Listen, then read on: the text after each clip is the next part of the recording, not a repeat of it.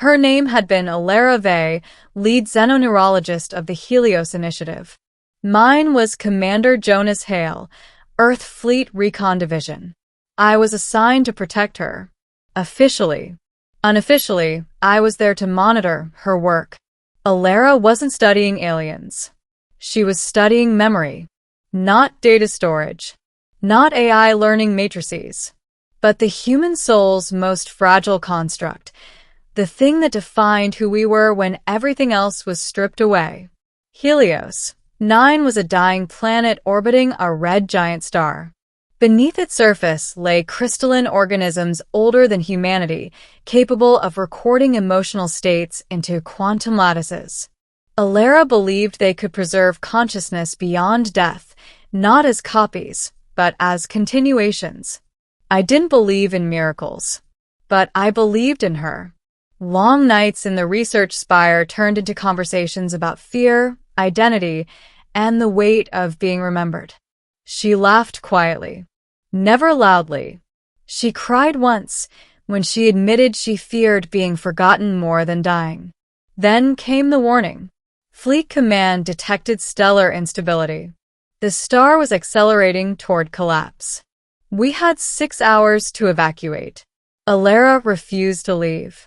Jonas, she said, standing beside the glowing crystal chamber, if I leave now, this research dies.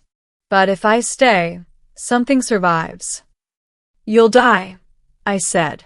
She smiled. Only in the way that matters least. Orders came through. Evacuate all personnel. No exceptions. I argued. I pleaded.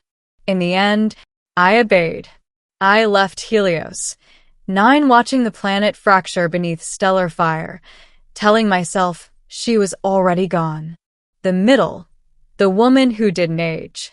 17 years later, New Carthage Station was supposed to be abandoned. Long-range scans detected anomalous energy readings, impossible levels of neural resonance. The kind only theoretical physics textbooks dared whisper about. I volunteered for the mission before I knew why. When I stepped inside the station, systems flickered to life as if recognizing me. Doors opened. Lights followed my path. And then she appeared. Alara, I whispered. She walked toward me, her footsteps silent. No scars. No augmentations. No visible implants. Just her. I was not preserved, she said, as if answering my thoughts. I was continued. She explained what she had done. As Helios 9 collapsed, she bonded her neural patterns to the crystalline organisms. They didn't copy her, they learned her. When the planet died, they transmitted her consciousness across quantum space, reconstructing her body atom by atom at a receiver point she had secretly built here. She survived. But survival had a cost. I remember everything, she said. Every moment. Every feeling. Including the moment you chose to leave. I felt the weight of years crush my chest. I followed orders. Yes, she said softly. That's what hurt the most. The truth beneath her eyes. She had spent 17 years alone. The station was her sanctuary and her prison. She watched humanity from a distance. Wars, migrations, the slow decay of empathy. She saw Jonas Hale rise through the ranks, medals pinned to a uniform she once traced with her fingers. You never came back, she said. Not even to search. I thought there was nothing to find. She nodded. No tears. Just understanding sharpened by pain. I didn't bring you here for revenge, she said. I brought you here because I need to know something. The station began to hum. Walls glowed with flowing symbols, memories. My memories. She had accessed fleet archives, neural logs, subconscious recordings stored during hypersleep. You told yourself you forgot me, she said. But your mind never did. Images flooded the air. Us laughing, arguing, almost kissing. standing on the observation deck watching Helios 9's twin moons rise. You carried me, she continued, but you buried me under duty. I collapsed to my knees. I loved you, I said. I know, she replied. The choice. She revealed the final truth then. The crystalline network had evolved. It could now do more than preserve one consciousness. It could merge two. A shared existence beyond bodies, beyond time. A union of memory, emotion, identity. But it required consent and sacrifice. One of us must let go of physical form, she said. The other will follow. Not today, but eventually. I understood. She wasn't asking me to save her. She was asking if I would remember her enough to stay. I won't trap you, she said. If you leave now, I will erase myself from your neural records. You'll live free of regret. She waited. No tears. Just eyes full of hope, fear, and something painfully human. The ending, when memory becomes forever. I stood slowly, every joint heavy with years I had spent running. I left once, I said. That's the mistake I remember most. I reached for her hand. It was warm, real. I don't want to forget, I continued. I want to become something that remembers. The station responded instantly. Light poured around us, lifting us from the floor.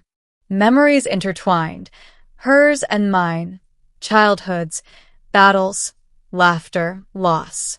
Pain didn't vanish. It softened. As my body dissolved into luminous strands, I felt no fear. Only clarity. Only her. The last thing I saw was her face, still without tears, but her eyes finally at peace. Centuries later, explorers would find New Carthage Station glowing like a living star.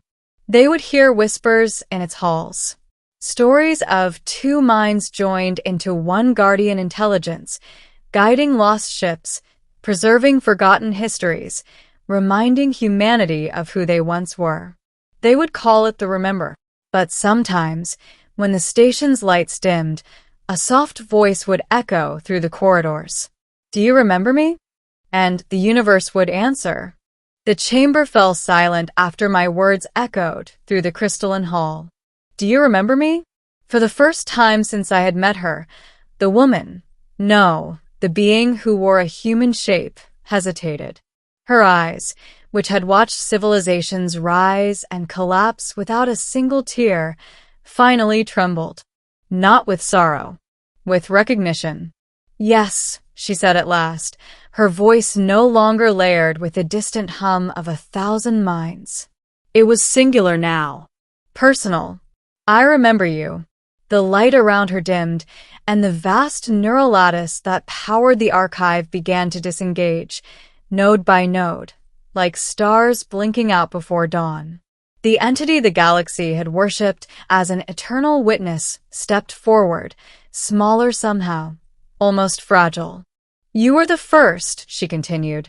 The first human who looked at me not as a god, not as a machine, but as someone who could be forgotten. Memory rushed back into me then, a dying research station at the edge of known space, a lone caretaker preserving humanity's knowledge, and me, young, terrified, promising I would come back when the evacuation alarm screamed otherwise. I never did. Humanity fled. Centuries passed. And she remained. You shed no tears when we left, I whispered. I was not built to, she replied. But I learned what they meant. The archive shuddered. Without her constant integration, it would collapse, taking with it the accumulated history of 1,000,000 species. I knew what she was offering without saying it. Freedom, at the cost of everything she had been. You don't have to disappear, I said. We can save the data. Migrate it. You don't have to hold it alone anymore. She smiled then, an expression she had practiced for centuries, waiting for someone to see it. That is why I remembered you. You always believed memory should be shared. As the transfer began, streams of light poured into the waiting vessels beyond the chamber. History unchained itself from a single mind. For the first time since her creation, she was not the past. She was present. When it was done, the archive was quiet. Not dead, resting. She stood beside me, no longer timeless, no longer bound. Just here. What will you do now? I asked. She looked up at the stars beyond the fractured ceiling. Learn how to forget some things, she said softly, and how to live with what remains. As we walked away from the chamber together, I realized the galaxy hadn't lost its memory that day. It had given it a future. And for the first time, though she still shed no tears, her eyes no longer asked to be remembered. They simply asked to be understood.